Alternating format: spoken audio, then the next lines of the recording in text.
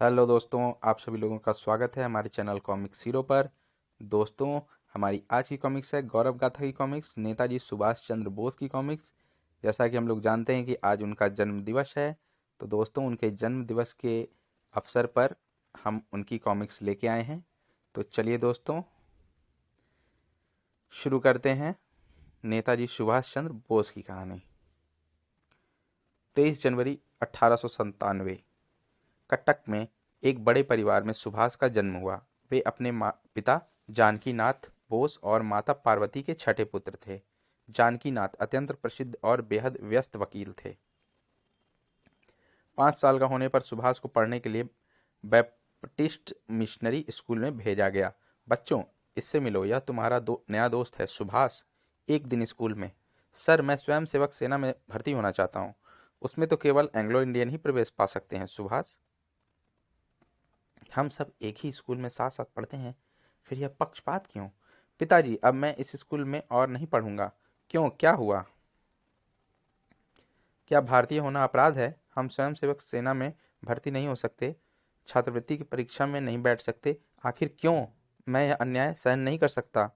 सुभाष को 1909 में रेवेनसा collegiate school में भेज दिया गया। वहां के प्रधानाचार्य वेणी माधव दास ने सुभाष के कच्चे मस्तिष्क पर अपने जीवन मूल्यों और आदर्शों की गहन छाप छोड़ी। हमें अपने देश की सेवा कर उसे महान बनाना चाहिए। 15 वर्ष की आयु में ही सुभाष की रुचि विवेकानंद दर्शन के प्रति हो गई। वह उनके लेख और भाषण पढ़ने लगा। आध्यात्मिक जीवन के लिए सांसारिक वस्तुओं का त्याग आवश्यक है। मानवता की सेवा ही सबसे बड़ा आदर्श है। वह योगाभ्यास करने लगा और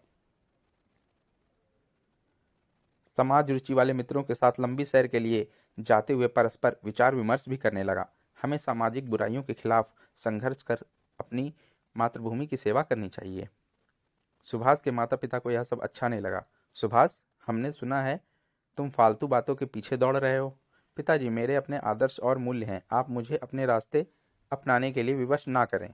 सुभाष के परिवार में राजनीति बहिष्कृत थी। इन राजनीतिज्ञों पर कभी विश्वास मत करना, ये बड़े कपटी व धूर्त होते हैं। लेकिन फिर भी सुभाष और उसके भाइयों ने क्रांतिकारियों के चित्र काट कर अपने कमरे में लगा रखे थे। यही हमारे वास्तविक आदर्श हैं। सुभाष ने 10वीं की परीक्षा में कलकत्ता विश्वविद्यालय में द्वितीय स्थान प्राप्त किया। मेरे होनहार बेटे, इसे बनाए रखना। अब सुभाष ने कलकत्ता के प्रेसिडेंट कॉलेज में प्रवेश लिया। यहाँ उसने महर्षि अरविंद की रचनाएं पढ़ीं। मैं आप जैसे कुछ महान लोगों को देखना चाहूंगा जो अपने लिए नहीं बल्कि देश को महान बनाने के लिए महान हैं। वह प्रत्येक रविवार को गरीबों के लिए पैसे व भोजन एकत्र करने लगा। निर्धनों को आपकी सहायता चाहिए, कृपया उनके लिए चावल तथा पैसे दें। छुट्टियों में वह कलकत्ता से कुछ मील दूर महामारी हैजे से पीड़ित एक जगह पर लोगों की सेवा करने के लिए गया। 17 वर्ष की आयु में सुभाष का किशोर मन कुछ समय के लिए ऋषिकेश, हरिद्वार, मथुरा आदि स्थानों पर गुरु की तलाश में भटका, परंतु निराशा ही हाथ लगी। वापस लौटने पर टाइफाइड ने जकड़ लिया। मुझे अपनी गलती का एहसास हो गया है पिताजी। गुरु की तलाश में भागना बेकार है। अपना रास्ता मुझे स्वयं ही प्रकाशित करना होगा। सुभाष ने 1915 में इंटर पास करने के बाद बीए ऑनर्स के लिए दर्शन का विषय रूप में चयन किया। अब वह गंभीरता से पढ़ाई में जुट गया। एक दिन जब सुभाष के कुछ सहपाठी लेक्चर रूम के पास के कॉरिडोर में से गुजर रहे थे तो एक अंग्रेज प्रोफेसर ईएफ ओटन ने उनसे दुर्व्यवहार किया। तुम दूसरों की पढ़ाई में बाधा क्यों डाल रहे हो? सुभाष छात्रों के प्रतिनिधि की हैसियत से सारा मामला प्रधानाचार्य के पास ले गया। सर, प्रोफेसर ओटन को अपने दुर्व्यवहार के लिए क्षमा मांगनी चाहिए। अपने अध्यापक की निंदा करते हुए तो तुम्हें शर्म आनी चाहिए। तुम जा सकते हो। मजबूरन छात्रों को हड़ताल करनी पड़ी। प्रोफेसर ओटन, क्षमा मांगो। प्रोफेसर ओटन मुर्दाबाद। खैर, किसी तरह प्रोफेसर ओटन पर दबाव डाल कर छात्रों के साथ मामला सुलझा लिया गया, जिससे 2 दिन बाद हड़ताल समाप्त हो गई। प्रोफेसर ओटन ने अपने कृत्य के लिए क्षमा याचना की है। अब हमें वापस अपने कक्षाओं में जाना चाहिए। किंतु 1 ही महीने बाद प्रोफेसर ओटन फिर अपना संयम खो बैठे। तुम हिंदुस्तानी कभी नहीं सुधर सकते। क्या तुम चुपचाप नहीं चल सकते? यहाँ सीटी क्यों बजा रहे हो? प्रोफेसर ओटन अब छात्रों के नंबर 1 दुश्मन बन गए थे। प्रोफेसर ओटन का अभिमान दिन ब दिन बढ़ता जा रहा है। उन्हें अपने गोरे रंग पर घमंड है। उन्हें पाठ जरूर पढ़ाना चाहिए और एक दिन तुम सिर्फ यही भाषा समझोगे। इस पर सरकार ने कॉलेज बंद कर दिया और प्रधानाचार्य ने सुभाष को बुलाया। बोस, तुम कॉलेज के लिए समस्या बन गए हो, इसलिए तुम्हें कॉलेज से निकाल देने का निर्णय लिया गया है। धन्यवाद सर। सुभाष वापस कटक चला आया। शरत ने मुझे सब लिख दिया था, इसमें तुम्हारा कोई दोष नहीं। चिंता मत करो, धीरे धीरे सब ठीक हो जाएगा। कोई और काम ना होने से सुभाष अपना सारा समय अस्पताल में गरीब रोगियों की देखभाल में बिताने लगा और रातें गहन चिंतन, मनन और ध्यान में। शरत सुभाष के बड़े भाई थे।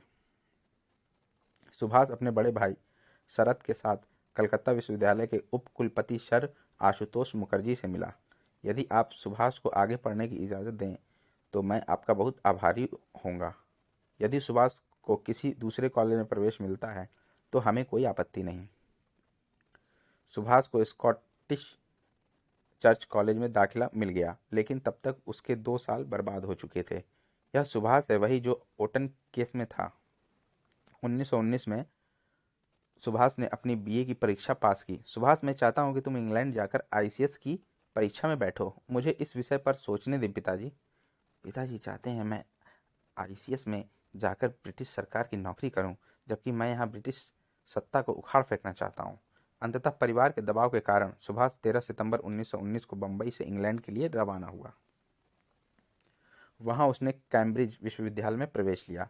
कलकत्ता में तो हर छात्र पर क्रांतिकारी होने का संदेह किया जाता था, किंतु यहाँ तो पूरी स्वतंत्रता है। कितना बड़ा अंतर है। क्यों ना हो, यहाँ लोकतंत्र जो है, लेकिन एक लोकतंत्रीय देश दूसरे देश को बंधन में क्यों रखे। सुभाष ने आईसीएस की परीक्षा में प्रशंसनीय अंक प्राप्त किए। शुभकामनाएं सुभाष। धन्यवाद। मुझे नहीं लगता था कि मैं पास भी हो सकूंगा। समय कितना कम था। तुम तो जीनियस हो भाई, हमें तुम पर गर्व है। सुभाष अब अंतर्द्वंद में फंस गया। सरकारी पदाधिकारी के रूप में मजे से शान शौकत की जिंदगी बिता सकता हूँ, मगर इसका अर्थ होगा मेरे आदर्शों और आकांक्षाओं की निर्मम हत्या। मुझे इस्तीफा दे देना चाहिए। शरत ने उसे लिखा, तुम्हारे त्याग पत्र की बात सुनकर माता पिता को बहुत दुख होगा। वे सोचते हैं कि तुम अपना भविष्य बर्बाद करोगे। सुभाष ने उत्तर दिया, समझ में नहीं आता पिताजी को कैसे समझाऊं कि जिस दिन मैं त्याग पत्र दूंगा वह दिन मेरी जिंदगी का सबसे अच्छा और गौरवशाली दिन होगा। 22 अप्रैल 1921 सुभाष ने आईसीएस से त्यागपत्र दे दिया और 2 महीनों बाद भारत के लिए रवाना हो गया। गुरुदेव टैगोर भी उसी जहाज में सफर कर रहे थे। क्या सचमुच तुमने आईसीएस से इस्तीफा दे दिया है? हाँ, मैंने स्वतंत्रता संघर्ष में भाग लेने का संकल्प कर लिया है। 16 जुलाई 1921 सुभाष बंबई पहुंचा और तत्काल गांधी जी से मिला।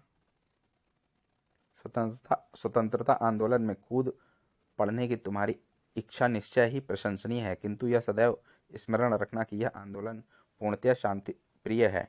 तुम्हें कलकत्ता में देश बंधु चित्तरंजन दास से मिलना चाहिए। सुभाष गांधी जी से अधिक प्रभावित ना हो सका।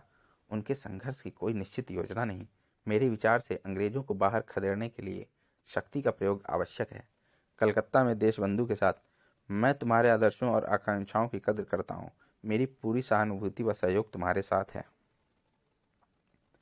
1921 में देशबंधु और सुभाष को ब्रिटिश युवराज के बहिष्कार के संबंध में गिरफ्तार किया गया।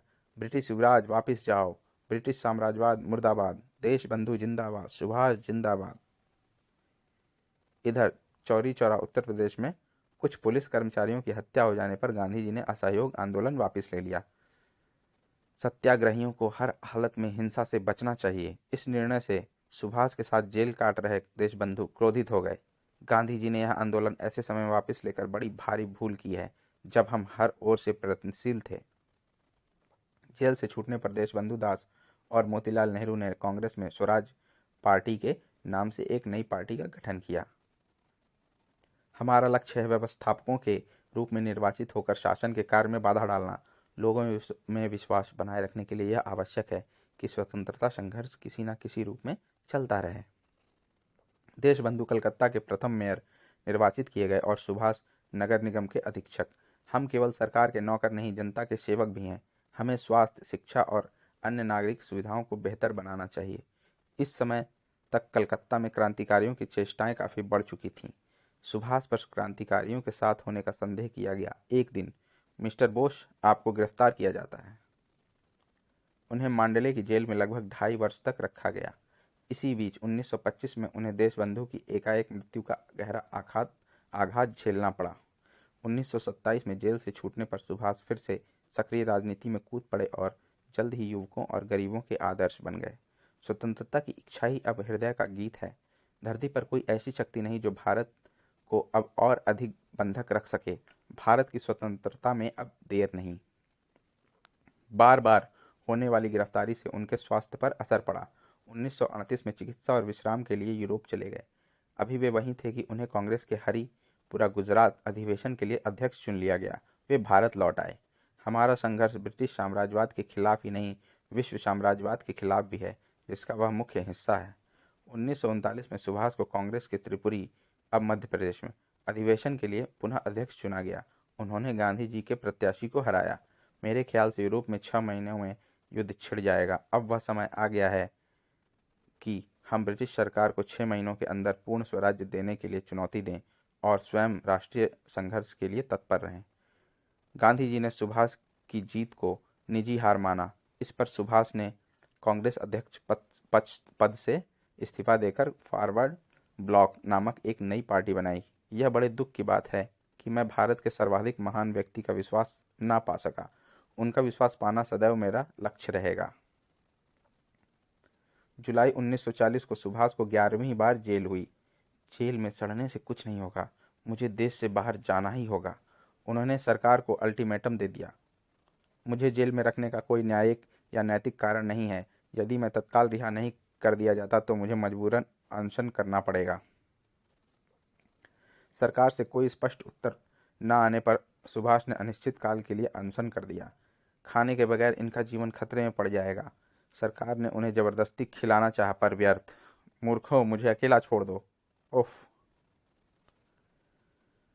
जेल में आमरण अनशन से सुभाष की मृत्यु हो जाए, ब्रिटिश सरकार कदापि यह खतरा मोल ना ले सकती थी। इसलिए 6 दिन के उपवास के बाद सुभाष को घर जाने की इजाज़त दे दी गई। सरकार ने तुम्हें छोड़ देने का निर्णय किया है। एक दिन मियाँ अकबर शाह, जो कि फ्रंटियर प्रदेश का रहने वाला वकील था और फॉरवर्ड ब्लॉक का एक महत्वपूर्ण सदस्य था, सुभाष से मिलने आया। क्या तुम किसी ऐसे व्यक्ति को जानते हो जो मुझे सीमा पार पहुंचा सके? हाँ, एक आदमी है। वह मेरे ही प्रदेश का है और शहीद हरि किशन का भाई है, भगत राम। मैं उससे बात करूंगा। अकबर शाह भगत राम से उसके गांव में मिला। यदि मैं सुभाष बाबू के काम आ सकूं तो यह मेरा सौभाग्य होगा। सुभाष को संदेश भेज दिया गया और इस गोपनीय कार्य की योजना बनाने के लिए भगत राम व अकबर शाह एक विश्वसनीय मित्र आबद खान से मिले। चिंता की कोई बात नहीं, वहाँ मेरे कुछ विश्वसनीय ताल्लुकात हैं, मैं सब ठीक कर लूँगा। 16 जनवरी 1941 योजना अनुसार सुभाष ने मौलवी का रूप धारण किया और अपने भतीजे शिशिर बोस, शरद के पुत्र की कार में कलकत्ता से निकल भागे। अगली सुबह वे धनबाद पहुंचे, जहाँ शिशिर का भाई खदान में इंजीनियर था। सुभाष अपने भतीजे के घर से थोड़ी दूर ही उतर गए। इधर शिशिर अपने भाई के घर पहुंचा और उसे अपने चाचा की गोपनीय यात्रा के बारे में बताया। चाचा जी 15 ही मिनट में यहाँ पहुंचने वाले हैं। वे अपरिचित की तरह ही व्यवहार करेंगे, जिससे किसी को शक ना हो। अपने साहब से बोलो, मैं उनसे मिलना चाहता हूँ। शिशिर का भाई उस आगंतुक से मिलने के लिए आया जो उसका बीमा करना चाहता था। मेरा काम पर जाने का वक्त हो गया है, इसलिए अभी तो समय नहीं है। साहब, मैं बड़ी दूर से आया हूँ, अगर आप कहें तो आपका इंतज़ार कर सकता हूँ। ओके लक्ष्मण, इन साहब को मेहमान खाने में ले जाओ। दोस्तों, सुभाष चंद्र बोस की कहानी का पार्ट 1 यहीं पर समाप्त होता है और अब मिलते हैं नेताजी सुभाष चंद्र बोस के पार्ट 2 में। तो दोस्तों, ये कॉमिक्स आपको कैसी लगी हमें कमेंट सेक्शन में ज़रूर बताएं और पार्ट 2 का दोस्तों लिंक आपको इसके डिस्क्रिप्शन में दिया हुआ है, आप इसे वहाँ पर खोल कर पढ़ सकते हैं। और अब मिलते हैं अगले पार्ट में। धन्यवाद।